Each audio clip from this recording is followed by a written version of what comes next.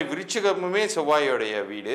செவ்வாயோடைய மற்றொரு வீட்டை காட்டிலும் விருச்சிகத்திற்கு இப்போ கூடுதல் பலன்கள் கிடைக்க போகுது அப்படிங்கிறத நீங்க புரிஞ்சுக்கணும். ஏன்னா குரு நின்ற வீட்டிலிருந்து 5ஆம் வீட்டில் விருச்சிகம் நின்று குரு உச்சம் பெற்ற குருவின் பார்வையே உங்கள் ராசியின் மீது விழுகிறது. இதற்கு மேல உங்களுக்கு என்ன வேணும் லைஃப்ல? உங்களுக்கு எல்லாமே இப்ப ரூட் கிளியர் ஆகி நன்மைகள் கிடைக்க பெற போகிறீர்கள். இந்த வருஷம் முழுமைக்குமே 5ஆம் வீட்டில் தான் நிற்க போகிறார் சனி பகவான். அப்ப சனினாலும் உங்களுக்கு பெரிய கெடுதல்கள் எதுவும் கிடையாது. உங்களுடைய வாழ்நாள் முழுமைக்குமே நீங்க நல்லபடியா வாழணும் அப்படின்னு ஆசைப்பட்டீங்கன்னா அதற்கான ஒரு முக்கியமான ஒரு விஷயத்தையும் இந்த பகுதியின் இறுதியில நான் சொல்வதாக இருக்கேன். நேர்காணல்களில் கூறப்படும் அனைத்து கருத்துக்களுமே ஜோதிடர்களின் கருத்துக்களே. வணக்கம், நான் உங்கள் சதீஷ் ராவ் பேசுறேன். இந்த பதிவு நம்ம நேயர்களுக்காகவே ரொம்ப முன்கூட்டியே உங்களுக்கான 2026க்கான பலன்களாக பதிவு பண்ணுறோம். ஏன் இவ்வளோ சீக்கிரமாக நம்ம இந்த தகவல்களை உங்களுக்கு பதிவு பண்ணுறோம் அப்படின்னா, முன்கூட்டியே திட்டமிட்டு நிறைய விஷயங்களை நீங்கள் உங்கள் வாழ்க்கையில் செய்து வெற்றி பெறுவதற்காகவே. இப்போ வரைக்கும் எனக்கு சனி பயிற்சி ஆயிடுச்சு, குரு பயிற்சி ஆயிடுச்சு, ஆஹா ஓஹோங்கிறாங்க, அப்படியெல்லாம் ஒன்றுமே நடக்கலை அப்படின்னு பல கேள்விகளோட ரொம்ப கவலையோடு இருக்கக்கூடிய ஒவ்வொரு ராசியினருக்குமே இந்த பதிவில் உங்களுக்கான பதில் ஒளிந்திருக்கு அப்படிங்கிறத உறுதியாக நான் சொல்லிக்கிறேன். ஏன்னா இந்த 2025 பார்த்தீங்கன்னா 4 கிரகங்கள் பெயர்ச்சி அடைஞ்சிச்சு. எந்த வருஷமும் இல்லாமல் இந்த 2025 குரு, சனி, ராகு, கேது எல்லாமே தன்னோட இடத்த விட்டு நகர்ந்துச்சு. அப்போ நிறைய பேருக்கு மாறுபாடான பலன்களே கிடைச்சிட்டு இருந்துச்சு. இப்போ 2026 பார்த்தீங்கன்னா சனி, குரு இந்த 2 கிரகங்கள் பெரிய கிரகங்கள் தான் பெரிய அளவுக்கு ஒவ்வொருத்தருடைய வெற்றி தோல்விகளை தீர்மானிக்கக்கூடிய இடத்துல இருக்குது அப்படிங்கிறத நம்ம சொல்லலாம். இப்போ அதன் அடிப்படையில் தான் ஒவ்வொரு ராசியினருக்குமே உங்களுக்கு எத்தகைய மாற்றம் ஏற்பட போகுது அப்படிங்கிறத இந்த பதிவில் விளக்கமாக சொல்ல போகிறேன். கவனமாக கேளுங்க. இதை வைத்து நீங்கள் உங்களுடைய வாழ்க்கையை திட்டமிடும் பொழுது வரக்கூடிய இந்த 2026 நிச்சயம் நீங்கள் என்னென்ன செய்தால் நீங்கள் வெற்றியடையலாம் அல்லது எந்தெந்த வகையில் நீங்கள் உங்களை பாதுகாத்து கொள்ளலாம் அப்படிங்கிற விளக்கத்தை இப்போ நான் இந்த பதிவில் தரப்போகிறேன். குறிப்பாக உங்களுடைய வாழ்நாள் முழுமைக்குமே நீங்கள் நல்லபடியாக வாழணும் அப்படின்னு ஆசைப்பட்டீங்கன்னா அதற்கான ஒரு முக்கியமான ஒரு விஷயத்தையும் இந்த பகுதியின் இறுதியில் நான் சொல்வதாக இருக்கேன். யாரெல்லாம் நம்ம சேனலை சப்ஸ்கிரைப் பண்ணி ஸ்க்ரீன்ஷாட்டோட உங்களுடைய பிறந்த தேதி உங்களுடைய பெயரை நீங்கள் அனுப்பும் பொழுது உங்களுக்கான இலவச எண்கணித பொது பலன்கள் நான் அனுப்புவேன். அதன் மூலமாக உங்கள் பெயர் பொருந்துதா இல்லையாங்கிறத நீங்கள் தெரிந்து கொள்ளலாம். அது ஏன் தெரிஞ்சுக்கணும் அப்படிங்கிறதெல்லாம் இந்த பகுதியின் இறுதியில் நான் உங்களுக்கு சொல்கிறேன். இப்போ பகுதிக்குள்ளார போகலாம். விருச்சிக ராசிக்கு இந்த 2026 என்ன விதமான பலன்களை தரப்போகிறது அப்படிங்கிறத பார்ப்போம். விருச்சிகம் அப்படிங்கிறது செவ்வாயின் வீடு. விருச்சிகத்திற்கு அதிபதியே செவ்வாய் தான். அந்த வீட்டிற்கு 9ஆம் வீடுன்னு சொல்லக்கூடியது பாக்கியஸ்தானம். அந்த வீட்டில் குரு அமர்கிறார். இதை நம்ம 1:9 அல்லது 9:5 அப்படிங்கிற கான்செப்டை நம்ம சொல்லலாம். குரு நின்ற வீட்டிலிருந்து 5ஆம் வீட்டில் விருச்சிகம் நின்று குரு உச்சம் பெற்ற குருவின் பார்வையே உங்கள் ராசியின் மீது விழுகிறது. இதற்கு மேலே உங்களுக்கு என்ன வேணும் லைஃப்ல? குரு பார்க்க கோடி தோஷ நிவர்த்தி. உங்களுக்கு எல்லாமே இப்போ ரூட் கிளியர் ஆகி நன்மைகள் கிடைக்க பெற போகிறீர்கள். நீங்கள் எதை பற்றியும் ரொம்ப போட்டு குழப்பிக்காம, எனக்கு சனி நல்லா இல்லாமல் போயிடுமா சார், எனக்கு இப்போ வரைக்கும் ஒன்றும் பெரிய எஃபெக்ட் தெரியலையே சார் அப்படின்லாம் புலம்பிட்டு இருந்தீங்கன்னா இனிமேல் நீங்கள் அதை உணரலாம், ஃபிட்னஸ் பண்ணலாம். உங்களுக்கான நன்மைகளை நீங்கள் எதிர்பார்த்து காத்திருந்தீர்கள் என்றால் அது இப்போது பலிக்கும். நீங்கள் அது எதிர்பார்த்தது மாதிரியே உங்களுக்கு அது கிடைக்கும். 5ஆம் வீடு அப்படிங்கிறது பூர்வ புண்ணியஸ்தானம். இந்த இடத்துல சனி அமர்கிறார்.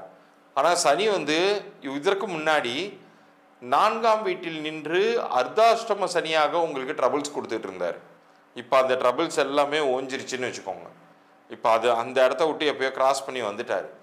இந்த வருஷம் முழுமைக்குமே 5ஆம் வீட்டில் தான் நிற்க போகிறார் சனி பகவான். அப்போ சனினாலும் உங்களுக்கு பெரிய கெடுதல்கள் எதுவும் கிடையாது. பூர்வ ஜென்மத்தில் நீங்கள் செய்த நன்மைகளுக்கான பலன்கள் அப்படிங்கிறது இப்போ தான் ஓப்பன் அப் ஆகும். இவ்வளோ நாள் எனக்கு எதுவுமே தெரிஞ்சு வரல சார், எனக்கு எதுவுமே கிடைக்கல அப்படின்னு புலம்பிட்டு இருக்கீங்களா?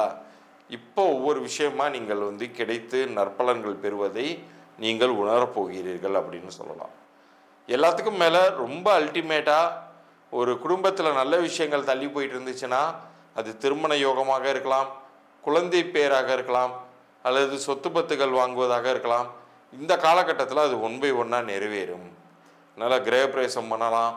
உங்கள் வீட்டு குழந்தைகளுக்கு மகனுக்கோ மகளுக்கோ நல்ல இடத்தில் வரன் அமைந்து மனம் குளிர அந்த திருமணத்தை நீங்கள் செய்து அழகு பார்ப்பீர்கள்.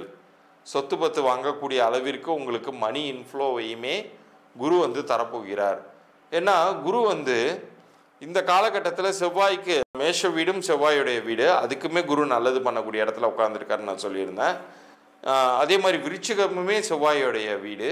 இந்த விருச்சிகத்துக்கு 9ஆம் வீடாக, அதாவது செவ்வாயுடைய மற்றொரு வீட்டை காட்டிலும் விருச்சிகத்திற்கு இப்போ கூடுதல் பலன்கள் கிடைக்க போகுது அப்படிங்கிறத நீங்கள் புரிஞ்சுக்கணும். ஏன்னா 9ஆம் வீடுங்கிறது பாக்கியஸ்தானம்னு சொல்லுவோம். அந்த பாக்கியஸ்தானமும் எப்படிப்பட்ட ஸ்தானமாக அமையுது? கடகம் தான் குருவுக்கு உச்ச வீடு. அந்த உச்ச வீட்டில் போய் 9ஆம் வீட்டில் போய் குரு அமர்ந்து அந்த உச்ச குருவின் பார்வை செவ்வாயின் மீது பதிவது அப்படிங்கிறது உங்களுக்கு முழுமையான நெகட்டிவிட்டியை தீர்த்து நன்மைகளை மட்டுமே தரப்போகிறது அப்படிங்கிறத உறுதியாக நம்ம சொல்ல முடியும்.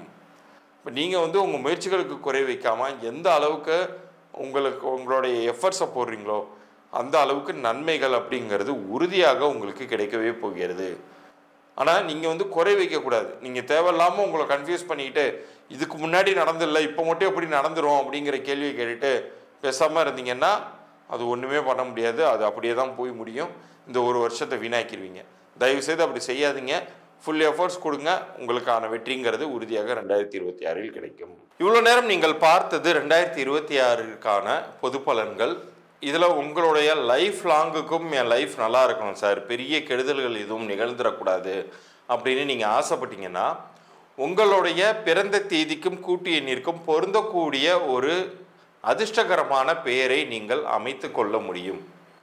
ஏன் பெயருக்கு இவ்வளோ இம்பார்ட்டன்ஸ் அப்படின்னா, ஒரு மனிதனுடைய அடையாளமாக வாழ்நாள் முழுவதுமே அவரோட ட்ராவல் பண்ணக்கூடியது ஒரு பெயர். இப்போ விவேகானந்தர்னு நான் ஒரு பேர் சொல்கிறேன். பேர் சொல்லும் போதே அந்த ஒட்டுமொத்த உருவமே உங்கள் கண்ணுக்கு முன்னாடி நிற்கிது. ஏபிஜே அப்துல் கலாம்னு ஒரு பேர் சொல்கிறேன். சொல்லும் போதே அவருடைய மொத்த உருவமே உங்கள் கண்ணுக்கு முன்னாடி நிற்கிதுன்னா ஒரு பெயர் எந்த அளவுக்கு ஒரு மனிதனை கொண்டு செலுத்துகிறது, அது அவனுக்கு எப்படி எந்திரம் மாதிரி ஒரு மந்திரம் மாதிரி படுகிறதுங்கிறது உங்களால் புரிந்து கொள்ள முடியும். அப்படிப்பட்ட பெயர் ஒருவருடைய தலையெழுத்தையே மாற்றும். இப்போ உதாரணத்திற்கு பார்த்தீங்கன்னா, வெறும் ராசையான்னு இருந்தப்ப கிடைக்காத ஒரு வாய்ப்பு இளையராஜா அப்படின்னு பெயர் சூட்டிய பிறகு அவருடைய திறமைக்கேற்ற அங்கீகாரம் கிடைத்து ஒரு உலக அளவில் ஒரு மாமேதையாக அவர் அறியப்படுறாரு இசையில். அது போன்ற ஒரு வாய்ப்புங்கிறது உங்களுக்குமே கிடைக்கும். கண்டிப்பாக உங்களுடைய சிரம காலங்கள் அப்படிங்கிறது இந்த 2026 ஒரு முடிவுக்கு வரட்டுமே. அப்போ அதுக்கு உங்களுடைய தற்போதைய பெயர் நல்லா இருக்கா இல்லையாங்கிறத நீங்கள் தெரிஞ்சுக்கணும். இப்போ தற்போதைய பெயர் நல்லா இருக்கா இல்லையாங்கிறது தெரிஞ்சுக்கணும்னா உங்களுடைய பிறந்த தேதி பற்றி நீங்கள் புரிஞ்சு கொள்ளணும், பிறந்த தேதியின் கூட்டு எண் பற்றி புரிந்து கொள்ளணும். ஸோ நீங்கள் என்ன பண்ணுறீங்க, உங்களுடைய பிறந்த தேதியும் உங்களுடைய பெயரையும் நீங்கள் எனக்கு வாட்ஸ்அப் பண்ணுங்கள். கீழே தெரிகிற என்னுடைய வாட்ஸ்அப் எண்ணிற்கு நம்ம சேனலை சப்ஸ்கிரைப் பண்ணி ஸ்க்ரீன்ஷாட்டோட அனுப்பும்போது நான் ஒரு 3 நாட்களுக்குள்ளார உங்களுக்கான பதில்களை நான் அனுப்பிச்சி வைக்கிறேன். அதில் அந்த பெயர் பொருந்தி இருக்குன்னாலும் வெளிப்படையாக நான் சொல்லிடுவேன். அப்படி பொருந்தலைன்னா என்ன செய்யணும், அப்போ தான் நீங்கள் என்கிட்ட பெய்டு கன்சல்டேஷன் எடுத்துக்கிற மாதிரி இருக்கும். அது ஏன் எடுத்துக்கணுங்கிறது உங்களுக்கான பலன்கள் நான் சொல்லும் போதே நீங்கள் அதை கம்பேர் பண்ணி பார்த்து புரிஞ்சுக்கலாம்.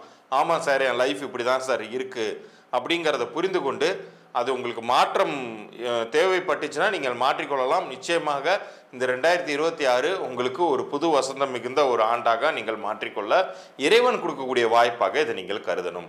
இதில் வியாபாரம் நடத்தக்கூடியவர்களுக்கு உங்களுடைய வியாபார பெயரையுமே நீங்கள் அனுப்பி வைக்கலாம். அந்த வியாபார பெயர் உங்களுக்கு பொருந்திருக்கா இல்லையாங்கிறத நான் சொல்லுவேன். பிறந்த குழந்தைக்கு நீங்கள் பெயர் வச்சுருந்தீங்கன்னா பிறந்த குழந்தையோடைய பிறந்த தேதியும் அவர்களுக்கு நீங்கள் அமைத்த பெயர் இனிஷியலோடு எனக்கு நீங்கள் அனுப்பிச்சி வச்சுட்டு அது பொருந்திருக்கான்னு செக் பண்ணிக்கலாம். இன்னும் பெயரே குழந்தைக்கு அமைக்கலைன்னா பிறந்த தேதி நேரம் இது 2த்தையும் நீங்கள் அனுப்பிச்சி வைங்க. உங்களுக்கான பதில் நான் ஒரு 3 நாட்களுக்குள்ளார அனுப்புவேன். முதல் 100 நபர்களுக்கு உடனடியாக என்னால் அனுப்ப முடியும்.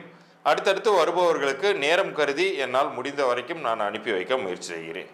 மீண்டும் அடுத்த பதிவில் சந்திக்கிறேன். நன்றி, வணக்கம்.